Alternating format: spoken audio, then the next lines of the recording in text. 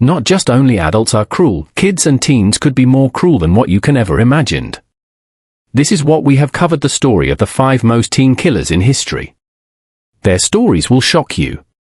But before that, you can subscribe to Unbelievable True Story to enjoy more with relish. 1. Eric Harris and Dylan Klebold, the Columbine Killers. Eric Harris was born in 1981. He was the younger of 2 brothers.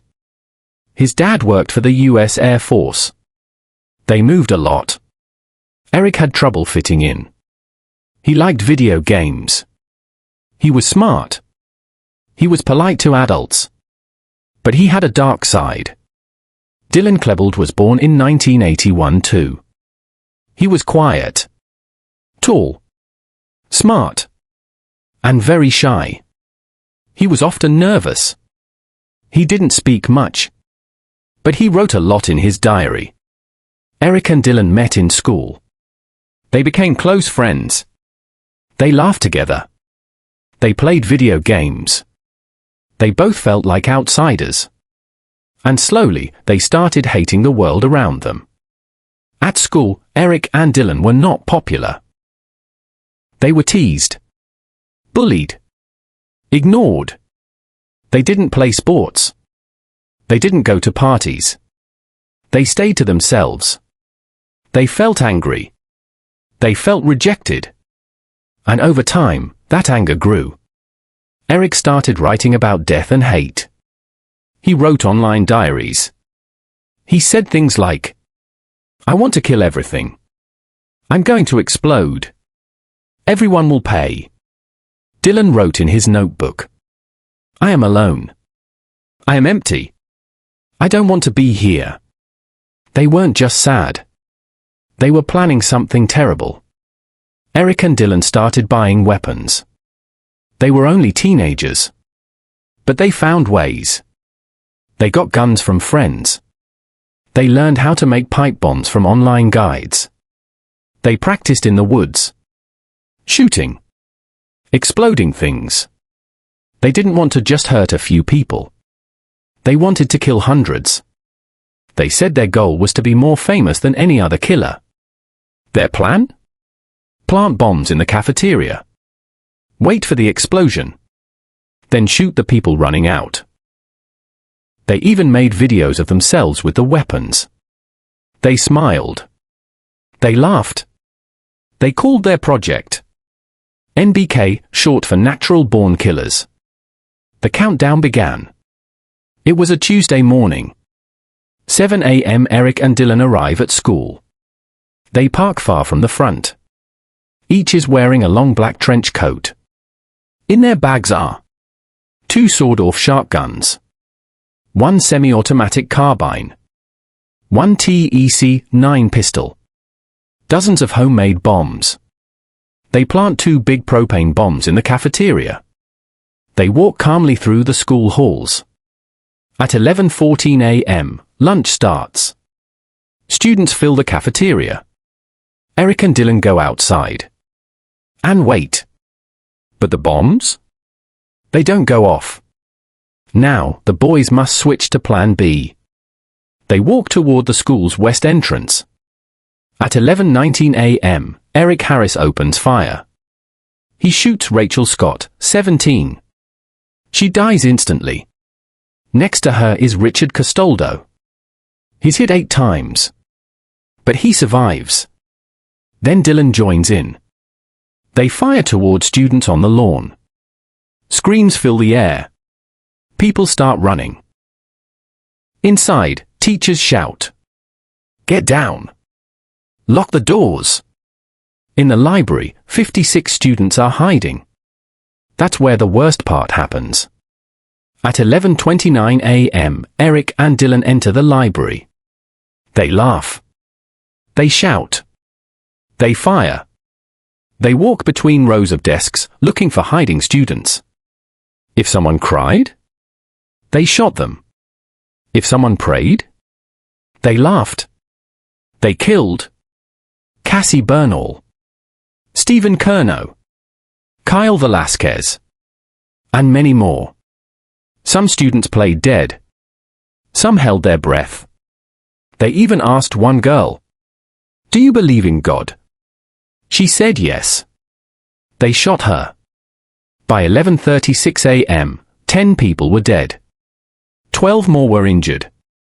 Then, the boys walked out. They moved through hallways. They shot anyone they saw. They threw pipe bombs. They started fires. Students jumped from windows to escape. Teachers helped students crawl through kitchen exits. Police arrived and set up a perimeter. Inside the school, smoke was rising. Gunshots echoed. No one knew how many shooters there were. Eric and Dylan returned to the library at 12:05 p.m. At 12:08, they turned the guns on themselves. Both committed suicide. Just like that. The nightmare ended. When it was all over, 13 people were dead. 24 more were injured. 2 shooters were dead. The victims were sons and daughters, sisters and brothers, best friends, classmates. The world watched in horror. Why did 2 teenagers do this? People blamed. Video games. Violent movies. Guns. Bullying. Parents. Mental illness. But the truth? It was a mix of many things. And that's what scared people the most. Eric and Dylan left behind journals, tapes, drawings, death lists, writings full of hate. Eric saw himself as the leader, a god. He believed he was better than everyone. Dylan was different. He was sad, angry at himself. He wrote about wanting to disappear. Together, they created a storm. They built their pain into a plan to destroy. They didn't want help. They wanted power, even if it meant dying for it. After Columbine, schools across America changed. Police trained for shootings. Mental health in teens became a national focus. Schools got metal detectors, cameras, lockdown drills. But the scars of that day? They never healed. Parents still cry. Friends still miss. Survivors still hear gunshots in their minds. And worst of all, Columbine inspired others. Other school shooters studied Eric and Dylan. They copied them. They called them heroes. But there was nothing heroic about them. They were killers. 2 boys who used pain to spread fear. Brenda Ann Spencer was born in April 1962, in San Diego, California. She lived with her mom and dad. But when her parents divorced, Brenda stayed with her father. They lived in a small, dirty house, full of trash, bottles, and dark silence. Her dad was cold. He didn't hug her. Didn't talk much. Sometimes, he slept on the same mattress as her. They didn't even have chairs. Brenda was lonely. She had red hair. She wore big glasses. She was often quiet, sad, and angry. Kids at school made fun of her. She didn't smile. She didn't join games. She stayed by herself. And slowly, something dark started to grow inside her. Brenda didn't like school. She failed classes. She skipped often. Teachers said she didn't care. She drew violent pictures. She talked about guns. One teacher said, "She's got that blank stare. It's like no one's home." In her free time, she listened to rock music. She read about snipers. She told classmates, "One day, I'll do something big. You'll all see." At just 15, Brenda was arrested for shooting out windows at a school with a BB gun. She also stole things. Got into fights. She was sent to psychiatric evaluation. Doctors said she needed help. She was depressed. They asked her dad to admit her to a hospital. But he said no. Instead, he gave her a gift. A .22 caliber rifle. Brenda got the rifle for Christmas. She was only 16 years old. Along with the gun, her father gave her 500 rounds of ammo. She was shocked. But also excited. She practiced in the backyard. Aiming. Shooting at cans. At birds.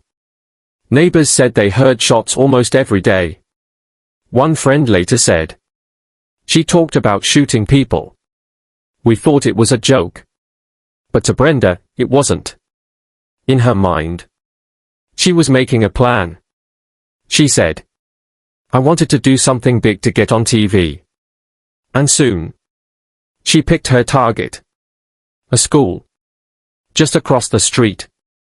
It was a Monday. Cold and quiet. Children were walking to Cleveland Elementary School. At 8:30 a.m. Brenda opened her window. She picked up her rifle. She looked down at the school entrance. And then, she fired. The first person hit was Principal Burton Ragg. He was helping kids cross the street. He fell to the ground. Next was custodian Mike Sucha. He ran to help the principal. Brenda shot him too. He died trying to save a life. Children screamed. Some ran back home. Others hid behind bushes. Brenda kept shooting. She hit 8 children. And one police officer who came to help. Inside the school, panic spread. Teachers locked doors. They told kids to hide. One girl said later, I saw my friend bleeding on the ground. I didn't know what to do. Police surrounded Brenda's home. They didn't know how many shooters there were. They shouted through a megaphone. Come out with your hands up. Brenda laughed. She stayed by the window. For 6 hours, she kept police at a standoff. Then, she picked up the phone. And told a reporter something that stunned the world. The reporter asked, Why did you do this? Brenda calmly said, I don't like Mondays.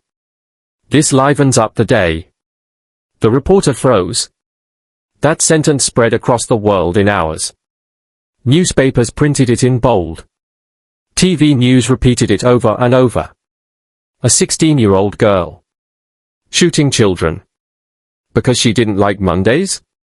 People were shocked. Confused. Angry. Later that day, Brenda put down her gun. She walked outside. And surrendered. Brenda was arrested. She showed no emotion. She smiled in her mugshot. She didn't cry. Doctors said she had brain damage. That she was deeply depressed. But the court didn't care. She was charged with 2 counts of murder. 9 counts of attempted murder. Because she was only 16, they couldn't give her the death penalty. But she was sentenced to 25 years to life in prison. The judge said, She is dangerous. She must never walk free again. Many people asked, Why? Why would a teenage girl shoot children? Some blamed her father. Some blamed her mental illness. Some blamed her hunger for fame. Brenda later said, I had nothing to live for. I was tired of being invisible. She wanted to be seen. To be heard. Even if it meant hurting others. It was not just about Monday. It was about years of pain. Years of feeling empty. But that's no excuse. Barry Loukaitis, the middle school killer. Barry Dale Loukaitis was born on February 26, 1981, in Montana. He was a quiet boy. Smart. Shy. Liked reading more than playing. He moved to Moses Lake, Washington, with his family. A small town. Quiet streets. People didn't lock their doors. But inside Barry's home, things were not peaceful. His parents fought often. His dad was strict and distant. His mom was sad and unstable. She talked a lot about death. Sometimes she said she wanted to die. Barry listened. And remembered. At school, Barry wasn't popular. He had few friends. Kids made fun of him. Called him weird. He didn't smile much. He didn't play sports. Instead, he read books about revenge, guns, and death. He loved stories where the hero gets back at the bullies. He liked Stephen King novels. He watched the movie Natural Born Killers. He thought violence was power. He thought death was cool. Barry started writing dark poems. He wrote about killing his classmates. He imagined walking into school with a gun. He told one friend, "It'd be like a movie. Everyone would remember me." Barry's mom grew more unstable. She told him she wanted them both to die. She even said they could do it together. Barry didn't speak much. But inside, something was boiling. He began to plan. He would attack his school. He would kill the people who bullied him. And he would make everyone see him. He stole his father's guns. A .30-30 rifle. A .22 caliber pistol. And a bag full of bullets. He packed them in a duffel bag. Wore a black trench coat. And on February 2nd, 1996, he walked into school. With murder on his mind. It was math class. 2 p.m. Room 15. Mr. Leroy Skip Klassen was teaching. Students were solving equations. Laughing. Thinking about the weekend. Then, the door opened. Barry stood there. Black trench coat. Long brown hair. Ice cold. He didn't say a word. He raised the rifle. And shot Mr. Klassen in the chest. The teacher collapsed in front of the class. Screams filled the room. Students ducked under desks. Some froze. Some ran. Barry aimed again. Next, Barry fired at Arnold Fritz, age 14. The bullet hit his chest. He died instantly. Then he turned to Manuel Vila, also 14. Barry pulled the trigger. Manuel was hit. He tried to move. But he died before help came. 3 people were dead. Then Barry aimed at a girl, Natalie Hintz, 13. She was hit in the arm and stomach. She screamed in pain. Blood poured onto the floor. But Barry didn't stop. He shouted, "This sure beats algebra, doesn't it?" Some students thought he was joking. But it was all real. The classroom was chaos. Students crying. Blood on the floor. One girl fainted. Barry was reloading his gun. But then, one person stood up. John Lane, a 35-year-old teacher. He heard the shots from down the hall. He ran in. He didn't have a gun. Just courage. He calmly spoke to Barry. "Put the gun down." Barry stared at him. Gun shaking. "Mister." Lane got closer. Slowly. Carefully. Then, he lunged. He wrestled the gun from Barry's hands. Held him down. And ended the nightmare. Police rushed in. Guns drawn. Sirens blaring. Barry was handcuffed. His face was blank. Like he didn't understand what he'd done. Outside, parents cried. Ambulances screamed. Inside room 15. 3 bodies lay still. One girl clung to life. Students stared in shock. No one knew why Barry did it. No one could believe it. He was just a kid. But now, he was a killer. Barry was arrested and charged with 3 counts of first-degree murder, 1 count of attempted murder, 16 counts of kidnapping for holding the class hostage. His lawyers said he was mentally ill. That he didn't understand what he was doing. That he was just a boy. But the court disagreed. Barry was tried as an adult. Survivors testified. Natalie, the girl who lived, told the court. He smiled when he shot us. Barry showed no emotion. In the end, he was found guilty and sentenced to 2 life terms in prison, without the chance of parole. People asked, why? Barry wasn't from a gang. He wasn't abused at school. He was smart. He came from a middle-class home. But he was deeply disturbed. He hated life. He hated people. He believed violence was the answer. He once told a psychiatrist, "I felt powerful when I had the gun." He copied what he saw in movies and books. He believed he could control life and death. Joshua Phillips, the boy and the secret under the bed. Joshua Phillips was 14 years old. Quiet. Smart. Good grades. No history of violence. He lived on Fleetwood Road, in a quiet middle-class neighborhood. Right across the street lived Maddie Clifton, age 8. A cheerful girl. Full of energy. Always smiling. The kids on the block played together. Baseball. Tag. Hide and seek. Maddie loved to visit Josh's house. He had a trampoline in the backyard. She came often. To most people, Joshua was just a shy teen. But behind his quiet smile was something very wrong. Joshua's parents were strict. Especially his father, Steve Phillips. Steve was angry, controlling, and violent. He ruled the house with fear. He hated noise. He hated people visiting. He told Joshua, "No girls in the house. Ever." Joshua's mom, Melissa, was kinder. But she was scared of Steve too. Joshua grew up in fear. He was told not to cry. Not to speak back. To hide everything. He lived with secrets. And soon, he would make one more secret. The biggest of them all. It was a sunny afternoon, November 3rd, 1998.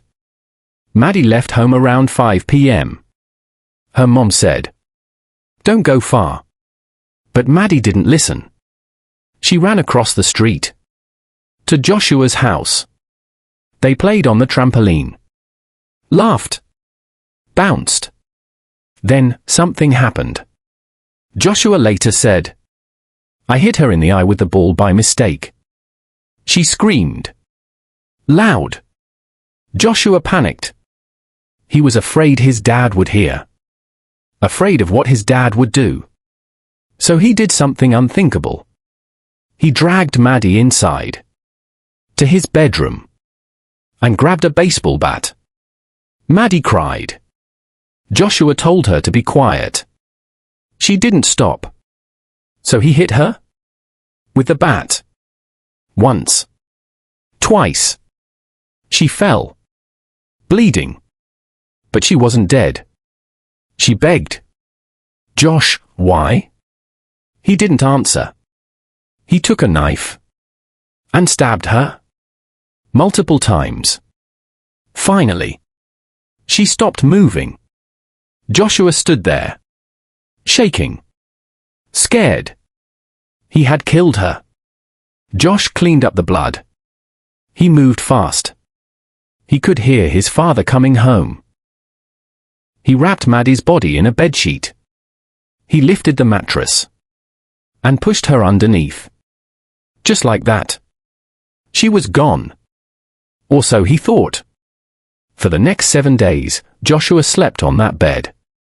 Above her body. In the same room. Breathing the same air. He acted normal. He went to school. He watched TV. He ate dinner. But the smell? It started to grow. Maddie's family reported her missing that evening. The whole town went into panic. Police searched the woods. Volunteers knocked on doors. They asked every neighbor, "Have you seen Maddie?" Joshua said, "No. I haven't." He even joined the search party. He helped hand out flyers. He hugged Maddie's mom. People said, "He looks so sad. Such a good boy." But inside, he was hiding a body. On November 10, 1998, Joshua went to school. His mom, Melissa, stayed home to clean. The house smelled bad. Really bad. She walked into his room. Noticed the smell. Pulled back the mattress. And screamed. There, under the bed, was Maddie's body. Bloody, wrapped, and still. Melissa called 911. When police arrived, they asked Josh, "Did you do this?" He said, "Yes." He told them everything. The trampoline. The noise. The panic. The murder.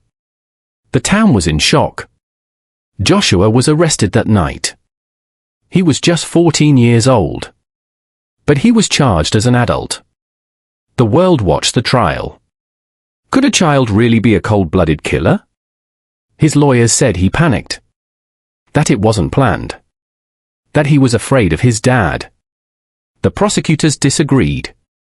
They said he stabbed Maddie 11 times. That he slept above her body for days. That he didn't cry. Didn't confess. In 2000, Joshua Phillips was found guilty of first-degree murder. He was sentenced to life in prison without parole. People asked, why? Joshua didn't have a history of violence. He wasn't a bully. He didn't watch violent movies. But he had fear. Deep fear of his father. Of getting caught. Of punishment. He once said, "I didn't want to kill her. I just didn't know what else to do." But the truth is, he made a choice. One choice. That ended a life. Maddie's family was broken. Her mom said, "I trusted that boy. I let her go play with him." They created a foundation in Maddie's name. They speak about child safety. They keep her memory alive. Joshua's parents divorced.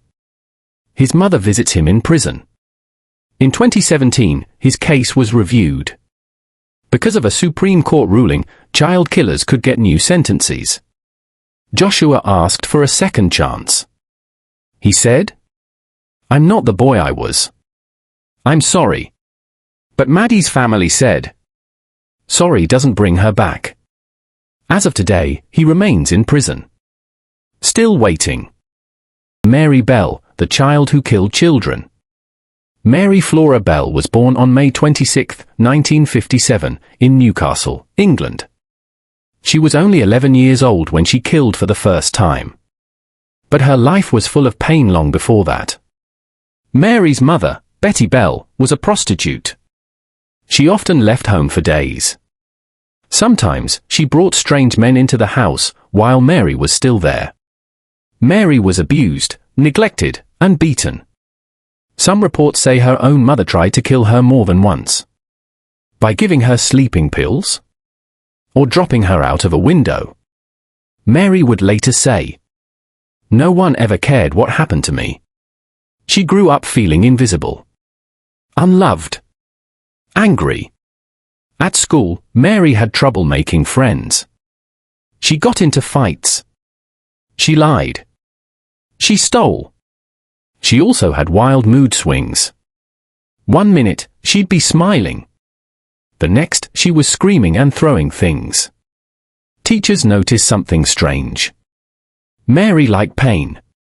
Sometimes, she would hurt herself, just to see if anyone noticed. Other times, she hurt animals. She once twisted a bird's neck. And laughed.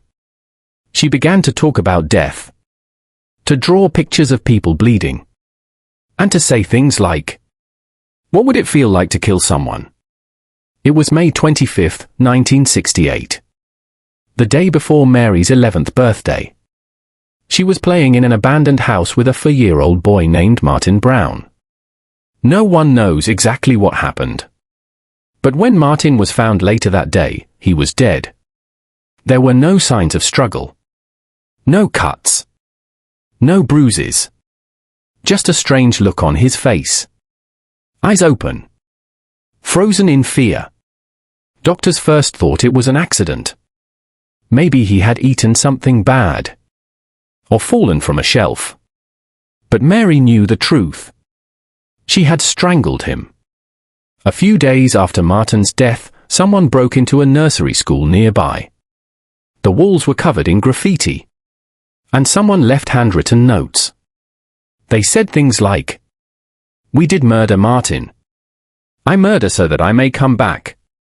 The handwriting was messy. Childlike.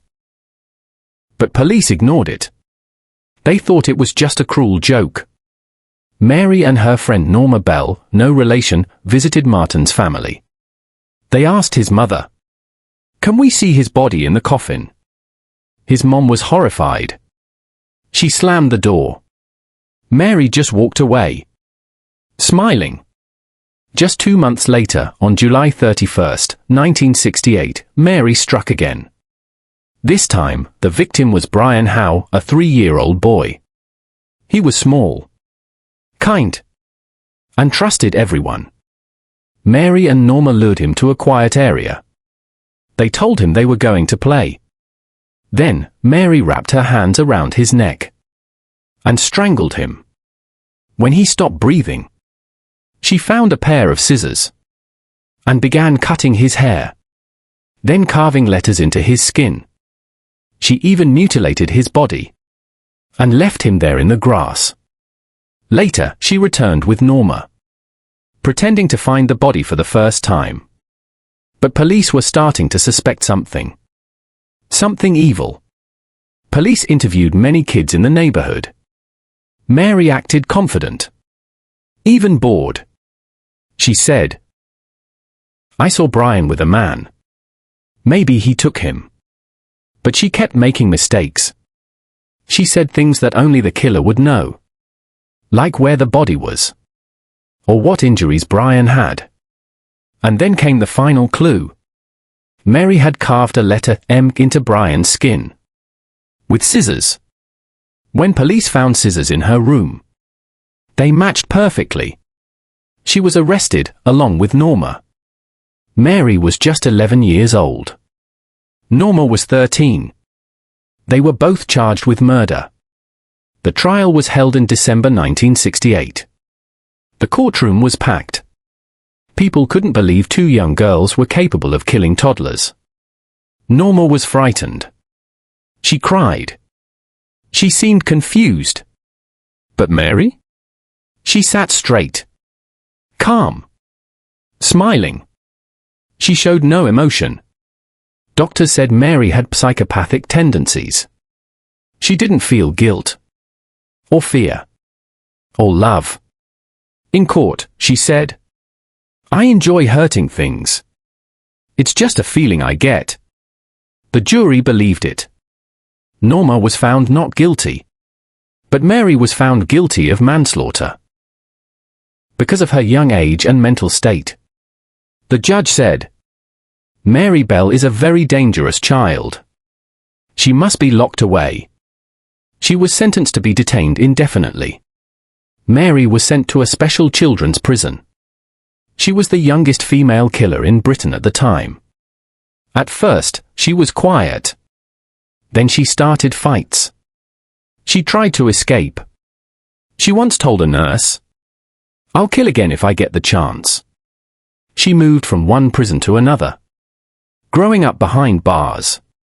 She read books, studied, finished school, and by age 23, she was released. In 1980, Mary Bell walked out of prison. She got a new name, a new identity. She had a child of her own, a daughter. For years, no one knew who she was. She lived in hiding. But in 1998, when her daughter turned 14, the press found her. The world was shocked. People protested. They asked, How can a child killer be allowed to raise a child? But the courts protected Mary's identity. To this day, she lives somewhere in England. A free woman. Under a new name. The story of Mary Bell is one of the darkest in history. She was a child, but she destroyed the lives of two families. Martin Brown. Brian Howe. Two boys. Taken too soon. Mary's case made the world ask hard questions. Can a child be born evil? Is it nature, or is it what they're taught? Can someone so young be beyond help? Some people say Mary was a victim too. That she was hurt first, then hurt others. But others say there is no excuse for what she did. You would want to subscribe to Unbelievable True Story to access many of our top trending story covers.